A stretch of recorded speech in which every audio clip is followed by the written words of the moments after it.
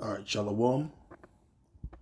First, I want to say Call Halayim, La Yahweh, Bahasham, Yahweh Shai, Bahasham, Rakaha Kodash.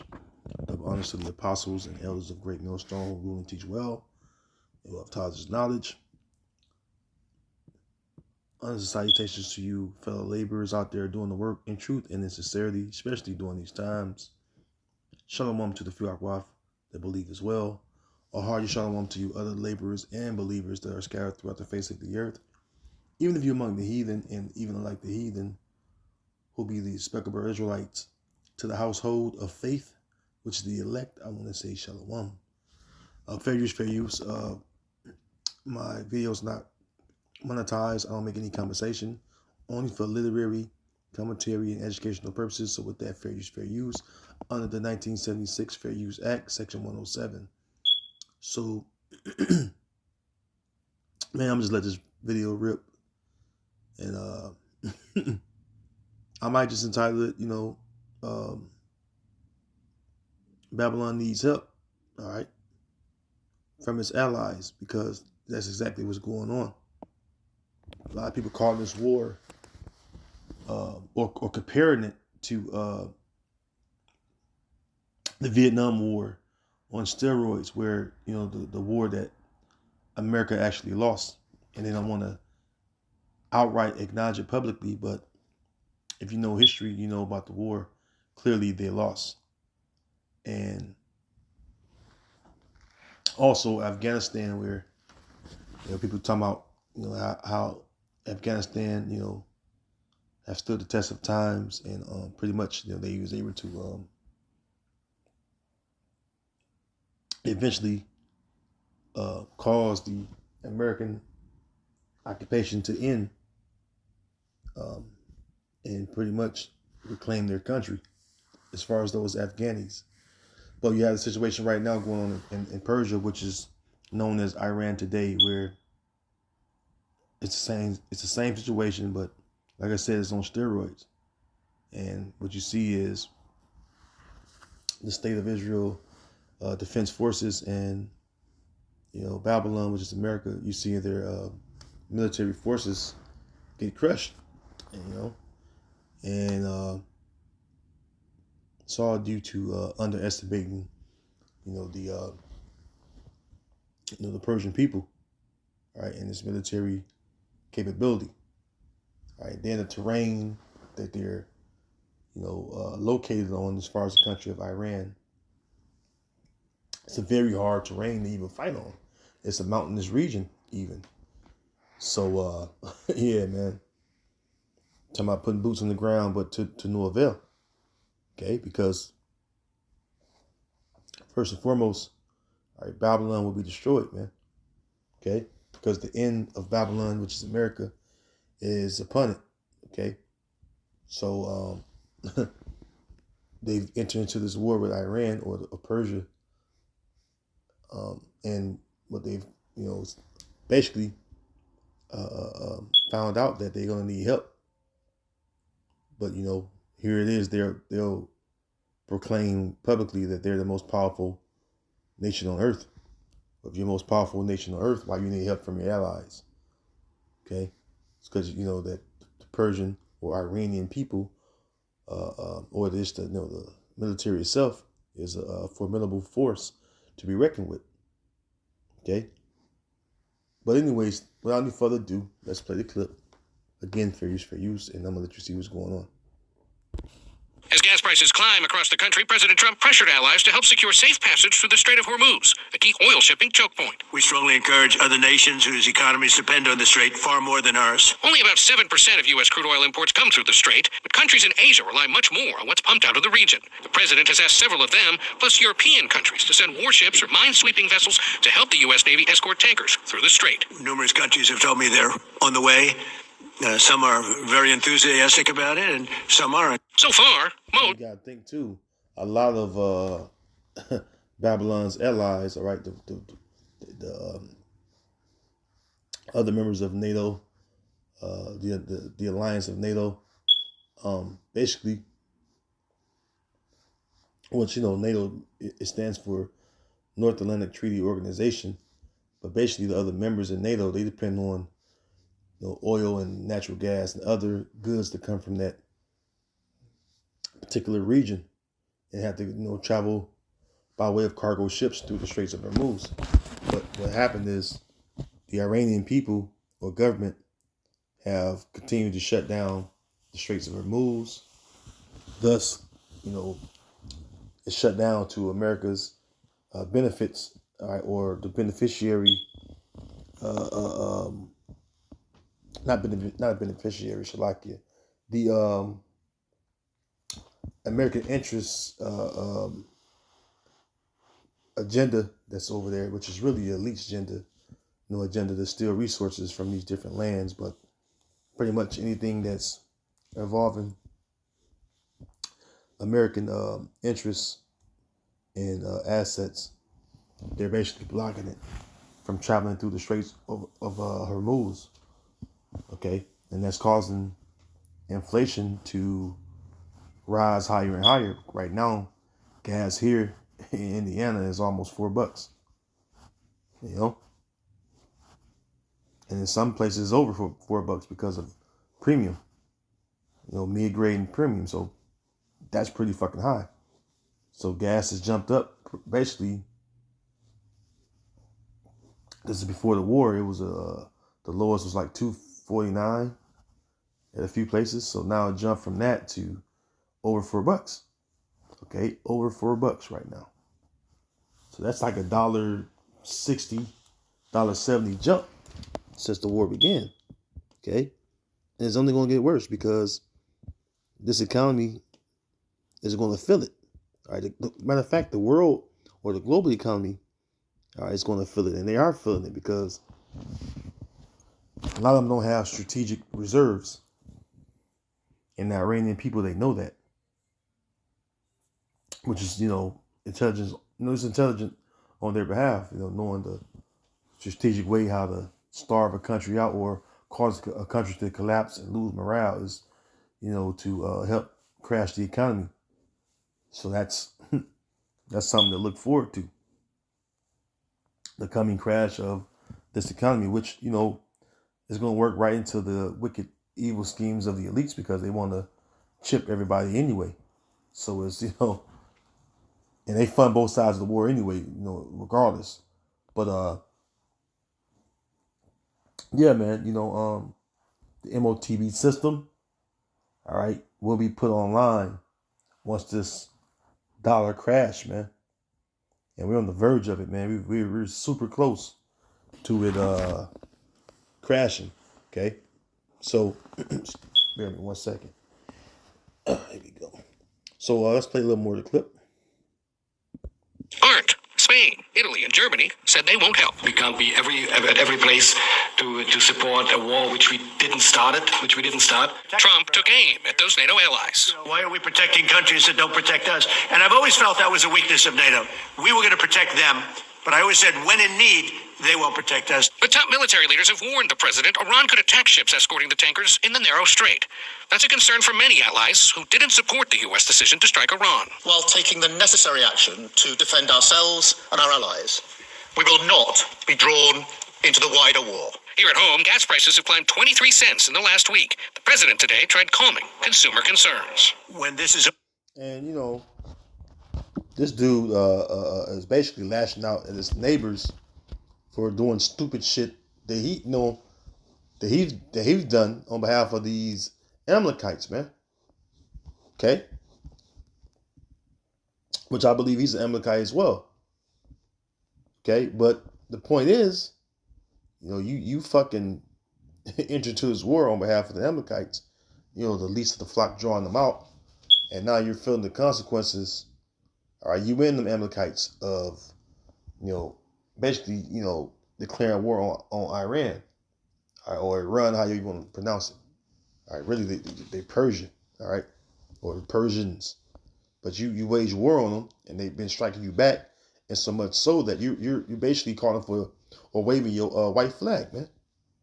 Because you realize that basically this is for Donald Trump, which we believe there's Nero in the spirit. Hey, he basically committed political suicide by entering into a war with Iran. All right, because even the different military experts was, even the top economists, they were talking about how this is a lose-lose all the way around for America. But like I said, this dude, this dude Trump, man, he's written a check that his ass can't cash. Okay, they're talking about drafting, because why? They sending military personnel over there, and they're basically getting wiped out. Okay, they don't even want to report the different casualties. Oh, the Abraham Lincoln was struck. It was struck by multiple strikes today. They had to retreat from their region. And who's to say it would have returned back to America, which is Babylon, without sinking? That's something that I'm telling you in the news. Everybody know it. Everybody knows it. Okay. But anyways, let's continue. Let me get some precepts. This is the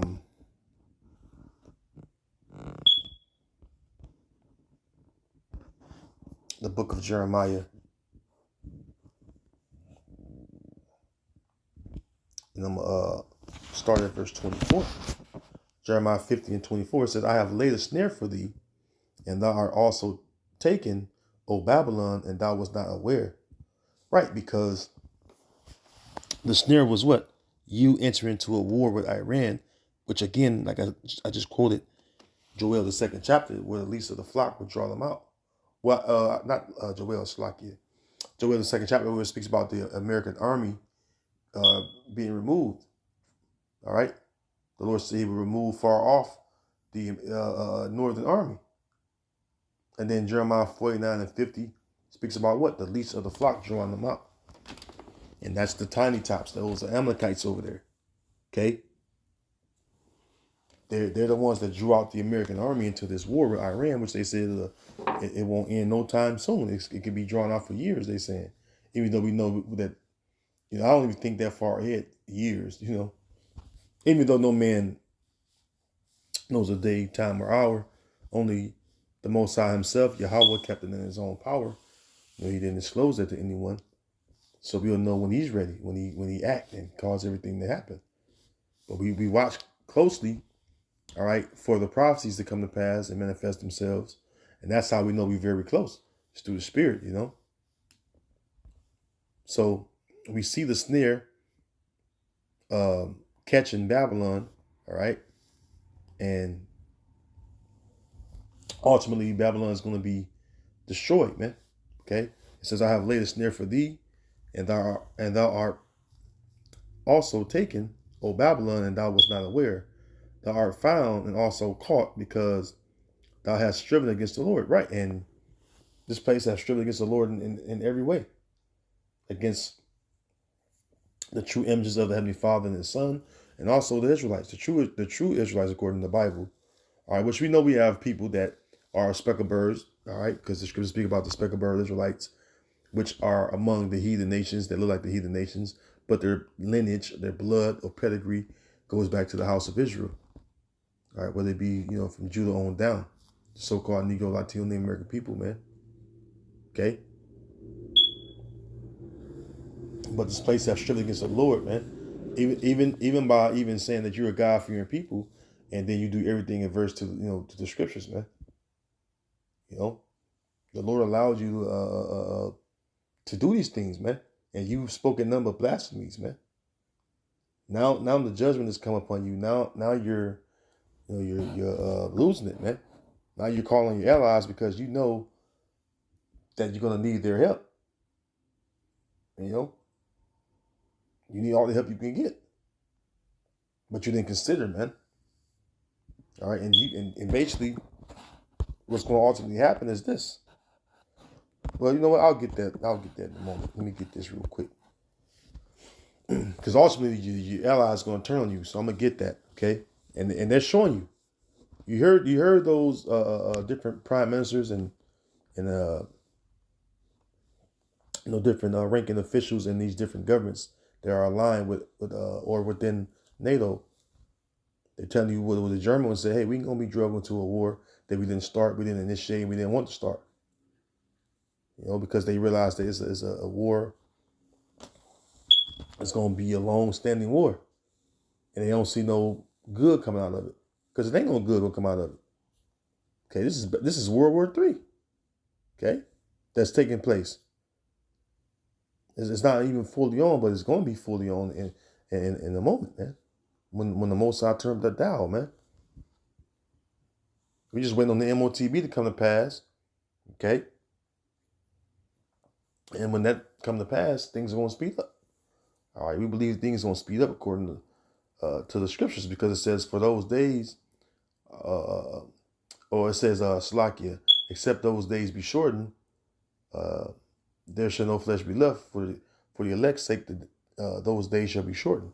Roughly paraphrasing. Okay, but it says Jeremiah 51 and verse 12. It says, set up the standard upon the walls of Babylon, make the watch strong, set up the watchmen, prepare the ambushes. Right, ambush is a trap or a snare. Okay, and what's that? When you look at what that is, and keep in mind, this Babylon is not talking about Babylon during the time of Nimrod. Also, Babylon, which is the Neo-Babylonian Empire. No, this is talking about Babylon the Great. Okay, which is what? America, because you look at how Babylon is going to be destroyed according to Isaiah 13. But real quick, Isaiah 13 says this. So I'm going to make a comparison real quick, right? Isaiah 13, and we read up, it says, verse 1, the bird of Babylon, which Isaiah the son of Amos did see. Okay?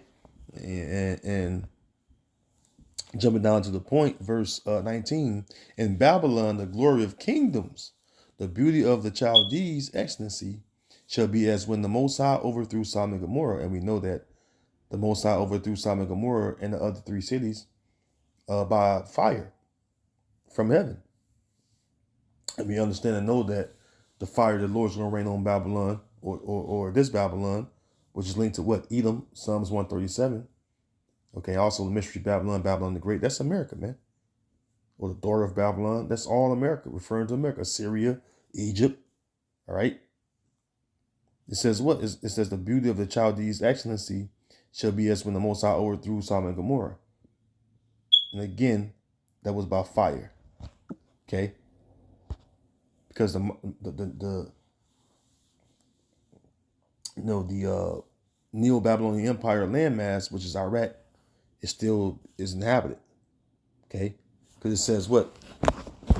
Going back to that same chapter of Isaiah 13 and verse 20, it says it shall never be inhabited, neither shall it be dwelt in from generation to generation.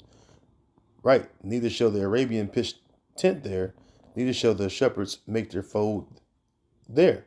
Right. And again, it's not talking about ancient Neo-Babylonian landmass, which is, again, Iraq today. It says, I typed in on Google, what is Babylon called today?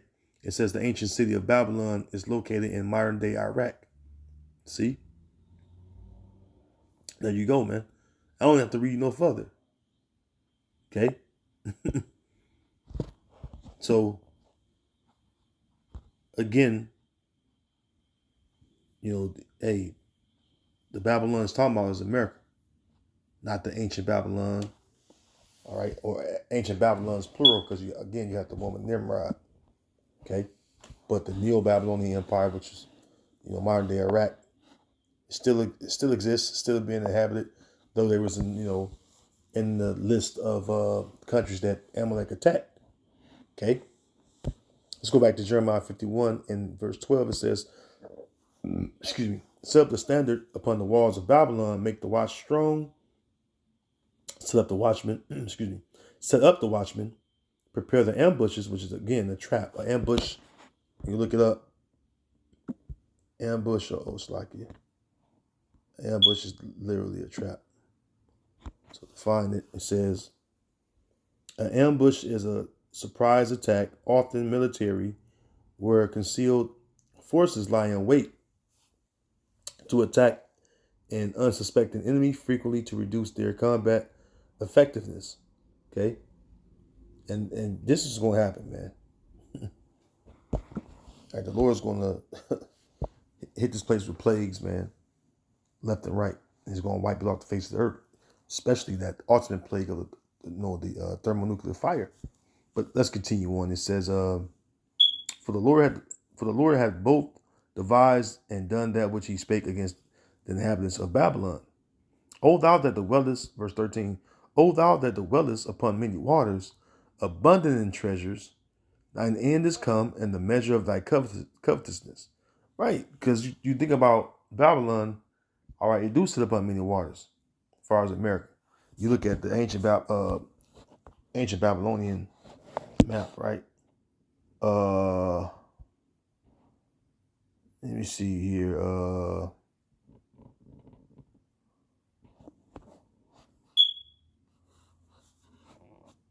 was trying to type in. Let me see. Yeah. Okay. So we get a Middle East map. Let's look at this. See, Iraq, it got rivers that flow through it, right? But as far as sitting upon many waters, yeah, it has rivers, going through it, but not comparable to America. America is surrounded by water. Got the Atlantic Ocean, you got the Pacific Ocean, you got the Gulf. Got some land a little bit to the south, which is Mexico, but ultimately it's surrounded by water. And to the north of it is obviously, the country of Canada, but it sits upon many waters, man. Okay? And it's a country that depends on the water passages, to deliver its goods, man. Okay? Just like ancient Rome did. Okay? So back in Jeremiah 51 and verse 13, O thou that dwellest upon many waters, abundant in treasures, thine end is come, and the measure of thy covetousness. Yeah, man. The Lord's gonna destroy you, man. Okay, which is Babylon. Okay? You don't want to hear it, but it's the truth. Hey, the Lord is going to destroy this place. And that's a beautiful thing for us Israelites, man, because, well, in particular, those of us that believe, man, because this is what we hasten for. This is what we're looking forward to. The kingdom of heaven, where we're going to rule over the heathen nations, man, right? Along with Yahweh Shai being joint heirs to him. As far as the elect, and then the rest of, 1/3. But then, all Israel going to, the nation is going to rule over other nations, man. It's just going to be rank and file order. Okay? The elect is going to be the, cream of the crop, man, so to speak. Okay, Lord willing, I'm a part of the elect. But that's how it's going to be, man. Rank and file order. But like I said, this is a video that's, pretty much, working in our favor, because we're itching, waiting, and watching for the process to come to pass, and we see this Straits of Hormuz being closed, and the economy is taking a hit, and that's good because we're looking forward to the dollar crashing. We're looking forward to Revelation 3 and 10 coming to pass, the hour of temptation, because we know that we're that close to the kingdom. Okay, but let's get this Obadiah verse 7, because what you see in this video clip, this news clip I played, was America's allies basically turning on them, and that's exactly what's going to happen according to prophecy. Okay, Obadiah verse 7 says, all the men of thy confederacy have brought thee even to the border. Now, these people that were speaking in the video, in the news clip, they're Edomites too. But they're at odds right now, and they're in disagreement. And what the scriptures say about that, we can get that too. The book of Mark 3, about, what's that, 24.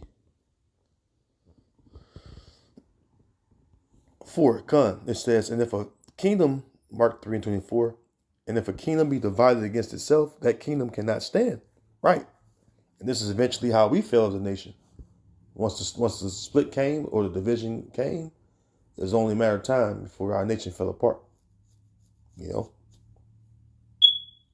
that's what happened when you have a nation that's divided, or a kingdom that's divided. Verse 25, it says, and if a house be divided against itself, that house cannot stand. See? And in this house, which is the house of Esau, Edom, the wicked, is falling right apart before our very eyes. So we should be rejoicing. The scriptures speak about how happy, a man should be to see the fall of his enemy in Sirach, the 25th chapter. So you're supposed to be happy to see your enemies falling. You're supposed to rejoice, because that's a good sight for us, because it says that what 2 Ezra 6, Esau is the end of the world, and Jacob is the beginning of it that followeth. Well, shit, we're looking to rule, man. We're looking to rule. We're looking to fucking rule over our oppressors, man. And that's comforting to our spirits, because we know that after the age of Esau, because that's what it's going into, the age of Esau,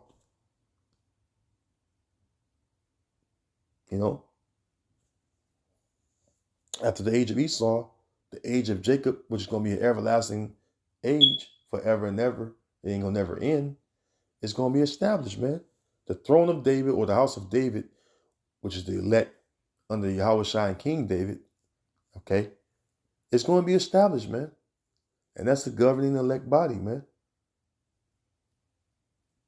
Wherein we want to rule the earth in righteousness, man. That's something to look forward to. But anyways, let's continue. It says, verse 25, and if a house be divided against itself, the house cannot stand. And if Satan rise up against himself and be divided, he cannot stand, but hath an end. Right, and the people of Satan, all right, the people of Satan, which is the Edomites, okay, they rise up against each other. Okay, because why? They're falling out of power. And then you got to think about the way that the head, Edomite country, which is Babylon, how it treats his allies, the other Edomite counterparts of America. How they treat them? They treat them like shit.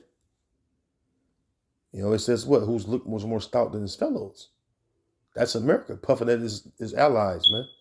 So-called friend. So-called friends, man. All right. But anyways, that's what's going on. So back in Obadiah 7, because ultimately what's going to do is cause them to hate the whore, which I'm going to get that in a minute. Okay, it's going to cause them to hate the whore, because they're showing the hatred right now by even saying these very words. They won't enter into the war on behalf of America. Obadiah verse 7, all the men of thy confederacy have brought thee even to the border. The men that were at peace with thee have deceived thee and prevailed against thee. They that eat thy bread have laid a wound under thee. It says there is no understanding in him. See? And that's the different alliances, all right, that you're aligned to these different countries in. NATO, you have a lot of EU countries that's not in NATO, but they, align with NATO. They're removing their support with, from Babylon, because though they may have not been in NATO, they do business deals that put them in an alliance with each other. Okay. So it says, the men that were at peace with thee have deceived thee and prevailed against thee. They that eat thy bread have laid a wound under thee, and there is no understanding in him. Right, because ultimately, again, the Lord's going to cause them to fulfill his will. Let's get that and get out of here, because I don't want to hold you too long, but Lord, when are you being edified? Okay, Revelation 17. And going right to the point. Verse 16. It says, and the 10 horns, which thou sawest upon the beast, these shall hate the whore. Those 10 horns go into what? The EU. All right, you have NATO and EU countries involved in it. Okay, which, again, some of those EU countries are part of NATO. Okay, but it says, in the 10 horns, which thou sawest, because the 10 horns go really into EU, the European Union. It says, these shall hate the whore and shall make her desolate and naked, and shall eat her flesh and burn her with fire. See? And what's going on right now, the 10 horns being stirred up, man, against the whore. You heard their speeches when I played the news clip.